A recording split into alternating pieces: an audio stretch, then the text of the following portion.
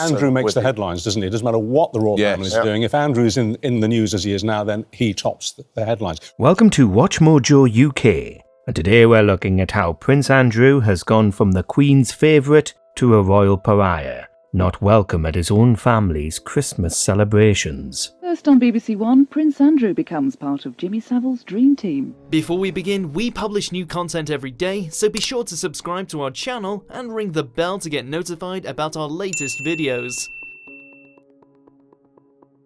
Once one of the more popular royals, the shine has come off Prince Andrew in recent years, despite being known as a charismatic playboy prince in the 80s and 90s. Charles and Anne are much older than Andrew and Edward, born in 1948 and 1950, versus Andrew in 1960 and Edward in 1964, and the eldest were raised in a much more remote way. The Queen had been a slightly absent mother for Charles and Anne. By all accounts, Queen Elizabeth II was more hands-on with her younger sons, which led to Andrew in particular being spoiled rotten. He was given a miniature James Bond car. I'm not sure there were many children who were given such presents. Like his father and siblings, Andrew also went to the notoriously rigorous Scottish boarding school Gordonstoun, taking to it in a way Charles, who allegedly despised his school years and notably sent William and Harry to Eton instead, never did. The Queen adored him more than anybody else. He was the Queen's favourite. Doing poorly in school, Andrew ultimately joined the Royal Navy, becoming a helicopter pilot and seeing action in the Falklands War in 1982. You're the Queen, and I'm second in line to the throne.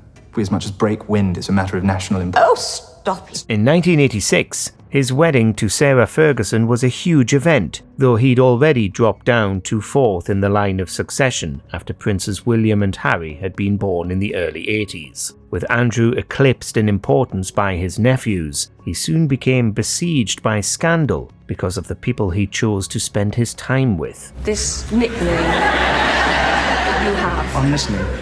Which nickname? He'd already courted controversy after his relationship with American actress Crew Stark, who was deemed unsuitable as a wife for Prince Andrew. Oh, yes, a young, racy American actress. Yes. I'm not sure which of those words makes my heart sink most. But this is nothing in comparison to the scandals he'd get involved in later, stuck with the Randy Andy nickname he'd never shake off.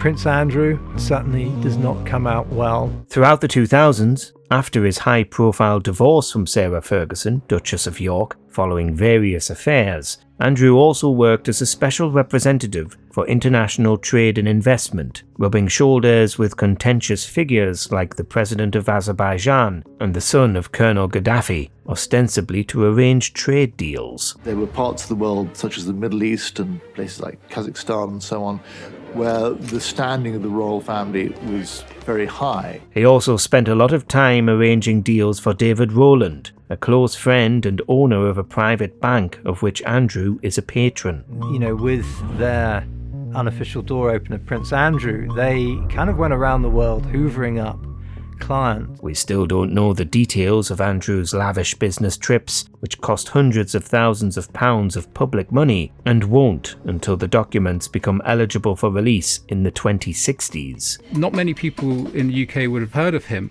until probably about late 2010s, around that sort of time, when a lot of these stories started coming about his friendship with Prince Andrew. All of this earned him a new nickname though, Air Miles Andy, for all the private flights he took as a trade envoy.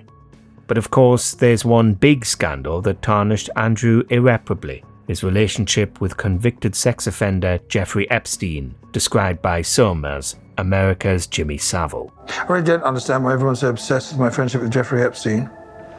I knew Jimmy Savile so much better.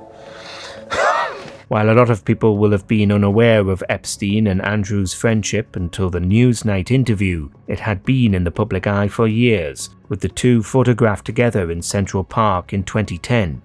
Those photographs prove that Prince Andrew was definitely consorting with a sex offender. Epstein had already been convicted of sex trafficking in 2008, so it wasn't like any of his crimes were unknown, and yet Andrew continued to be friends with him until public pressure became too much. Andrew stayed close to him, so close that he was invited to one of his daughter's 18th birthday parties. For years, nobody could get Andrew to talk about his friendship with Epstein, despite high-profile court cases in 2015 and 2016.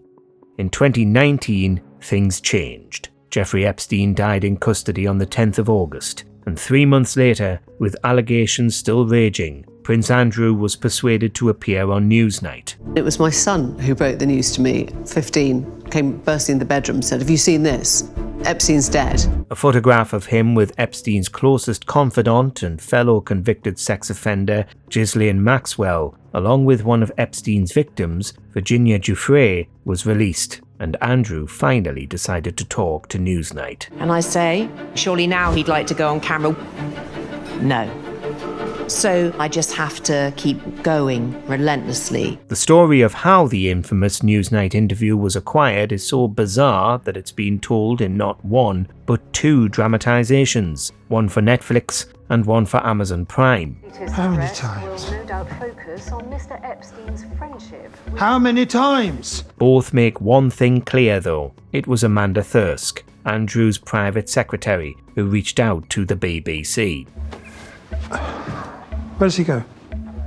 Simple question. Where does he go? Initially, the interview wasn't allowed because Newsnight's producer, Sam McAllister, pressed to him to talk about the ongoing Epstein scandal. And then eventually the heady mix was sufficient that Amanda was willing to have another conversation. Eventually, though, they agreed, under the assumption that Andrew would come across well in an interview and be able to assure the public of his innocence. But you were staying at the house of a convicted sex offender. It was a convenient place to stay. He opened himself up to a barrage of questions from Emily Maitlis, and the episode eventually went out under the name Prince Andrew and the Epstein Scandal. I've questioned myself as to why did I go, what was I doing? It was, without a doubt, a car crash, though Andrew purportedly believed he came across very well after it was filmed. Of course he didn't, and his interview claims have gone down in history as some of the worst things ever said on television. When the picture came up, along with Giuffre's allegations that, while underage, she'd been trafficked by Epstein and paid to sleep with Prince Andrew, he denied that he'd ever even met her. Because she was very specific. She described the dance that you had together in Tramp. She described meeting you. She was a 17-year-old girl. She alleged that they danced together at popular Westminster nightclub Tramp, while he famously said that he'd been at a Pizza Express in Woking, attending a birthday party with Princess Beatrice. The children, I'd taken Beatrice to a Pizza Express in Woking for a party. He said he had no memory of the photograph and that the story couldn't be true because Giuffre said that while they danced in Tramp, he'd been sweaty, and supposedly he lost the ability to sweat after an adrenaline overdose in the Falklands. There's a slight problem with the sweating because I have a peculiar medical condition, which is that I don't sweat. If you were wondering why he was sweating in the Newsnight interview, then the explanation is that this was only a temporary problem and that it had since resolved. How do you explain that? I can't. Doctors disagreed that such a thing was possible. He continually said that his later meetings with Epstein after his 2008 conviction were just to assure him that their friendship was over, which apparently had to be done in person. She provided a photo of the two of you together. Yes. Your arm was around her waist. Buckingham Palace denied everything when Giuffre brought a lawsuit against him in 2021, though didn't let it go to court, with Andrew instead agreeing to a settlement. Part of the settlement contained a gagging clause, though that was only temporary, expiring in early 2023. We were compiling a case against him, but it wasn't until he went through his interview that our client, Virginia, decided that she was going to go after him. While the amount of money paid in the settlement is not known, most believe it was in the tens of millions of pounds, and the money was lent to Prince Andrew by Prince Charles, though we don't know this for sure. We ended up sending Prince Andrew's lawyers a letter offering to talk to them. He ignored it, which was probably one of his biggest mistakes, besides the interview, and then we sued him. The Treasury, however, has denied that the money used came from taxpayers, which means that the royals paid for it themselves. Though, of course, this is a loophole on the government's part, because that money does also come from taxpayers. Following the interview, Andrew's reputation was in tatters. It's hard to see where he goes from here. I think, we may be looking at him being marginalised from the royal family. Days later, and all his public duties were suspended, and Andrew was made to relinquish many of his honorary roles and patronages. He all but disappeared from public life, losing the use of his military titles and his HRH in 2022, with many calls to even strip him of the Duke of York title, though there's no mechanism to actually do this. It was after the Queen had seen what the interview contained that I think it dawned on her before it dawned on him. He was still seen with the Queen up until her death, but since then, things have been fraught, with many stories appearing in the tabloids that the King has been trying to evict Andrew from the Royal Lodge. This hasn't happened yet, but all of Andrew's private security had been withdrawn by the end of 2024, including the chunk paid for by the King, and it's not believed he'll ever return to public life like he wants. It was reported that he wanted his day in court.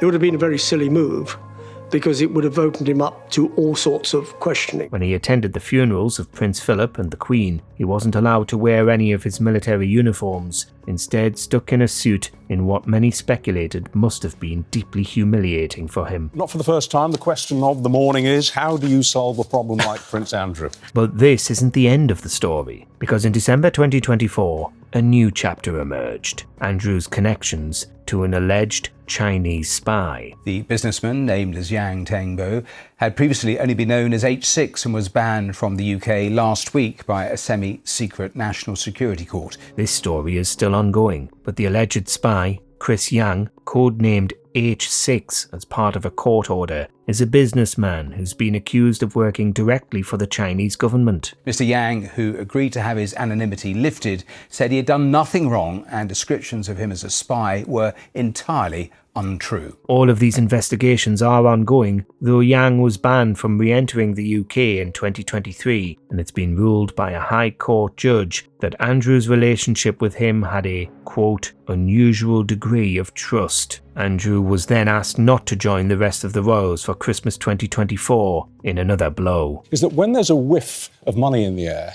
his instinct to ask the right questions evaporates. He simply doesn't ask. Just when you think things can't get any worse for Prince Andrew, new depths are plundered and new scandals emerge, all because he seems to spend time with absolutely anybody who makes him feel important. Unbecoming. He was a sex offender. Yeah, I'm sorry, I'm being polite, in the sense that he was a sex offender. Let us know whether you think Prince Andrew should be kicked out of the royal family for good in the comments. And we try and uphold the highest standards and practices, and I let the side down. Simple as that. Do you agree with our picks? Check out this other recent clip from WatchMojoUK and be sure to subscribe and ring the bell to be notified about our latest videos.